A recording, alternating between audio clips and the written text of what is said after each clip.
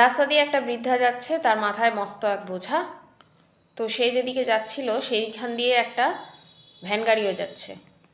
তো সে বৃদ্ধাকে জিজ্ঞেস করে কোন দিকে যাবে, তখন বৃদ্ধা যেদিকে যাবে ভ্যান গাড়িটিও বলে আমি সেদিকেই যাচ্ছি, তো তুমি এত বোঝা নিয়ে যাচ্ছ হেঁটে হেঁটে, তুমি আমার গাড়িতে উঠে চলো।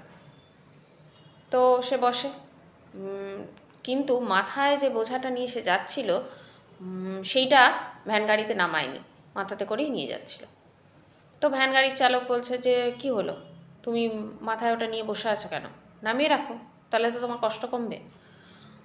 তো সে বলে যে না, তোমার গাড়িতে অনেক মালপত্র অলরেডি আছে, আর এত ভার তুমি বহন করছো, আর এইটা আর বাড়াবো না।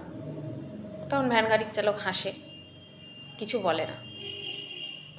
তো আমরাও সাধারণ মানুষ যারা সংসারে আছি, তারা সবসময় আমি সব কিছু করছি, আমি সব কিছু বহন করছি বলে ঢাক পেটায়, আর ভগবান ওপর থেকে হাসে যে তোমার এই যত ভার, যত বোঝা, তোমার এই দুঃখ, উদাসীনতা, যত আর কি ডিপ্রেশন, স্ট্রেস যা বলি আর কি, এই সব কিছু আমিই সামলাই, আমি তোমার সব কিছু দেখে রাখি। আর এই আমরা সংসারে যে আমি করছি, আমি খাওয়াচ্ছি, আমি পড়াচ্ছি, এই যে বলতে থাকে বা আমরা থাকি করি, আসলে তো আমি কেউ নই। তিনি যদি আমাকে শক্তি না দেন, সেই পরিমাণে ক্ষমতা না দেন, তাহলে তো আমি কিছুই না। মানে আমার যেটুকু যা পাওয়া, যেটুকু যা করেছি, তার আশীর্বাদ ছাড়া কিছু না।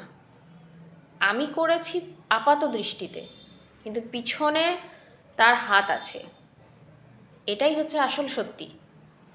আর আমরা শুধু আমি করেই চললাম।